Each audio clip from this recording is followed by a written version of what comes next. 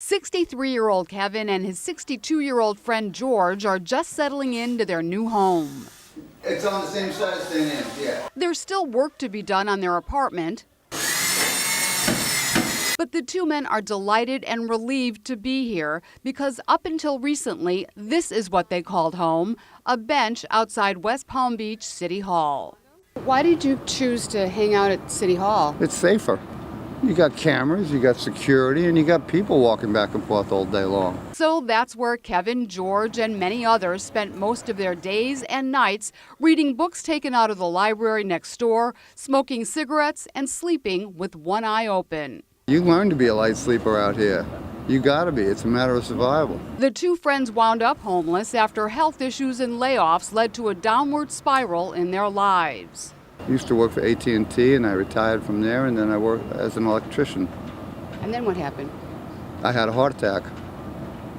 Couldn't go near the electric anymore. They put a pacemaker in me. I worked downtown Chicago for years. Remodeling homes? Yeah. So how did this happen? Stupidity. What does that mean? A friend of mine told me I had a job down here, and he was living on the streets. While hanging out here, Kevin, the more outgoing of the two, would talk to passers-by, from residents coming to City Hall to pay their bills, to city workers, and even the mayor and police chief. Are you ready? And that's how Kevin got to know Armando Fana, director of the Department of Housing and Community Development. Fana made it his mission to get Kevin, George, and some of their friends off the streets. It took months to arrange for the men to live in a fully furnished and rehabbed apartment owned by the city, and weeks to convince them to take him up on it. And change is always difficult.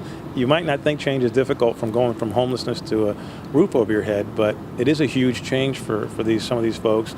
But finally, after agreeing to pay 30% of their small monthly government checks for rent, Kevin and George moved in.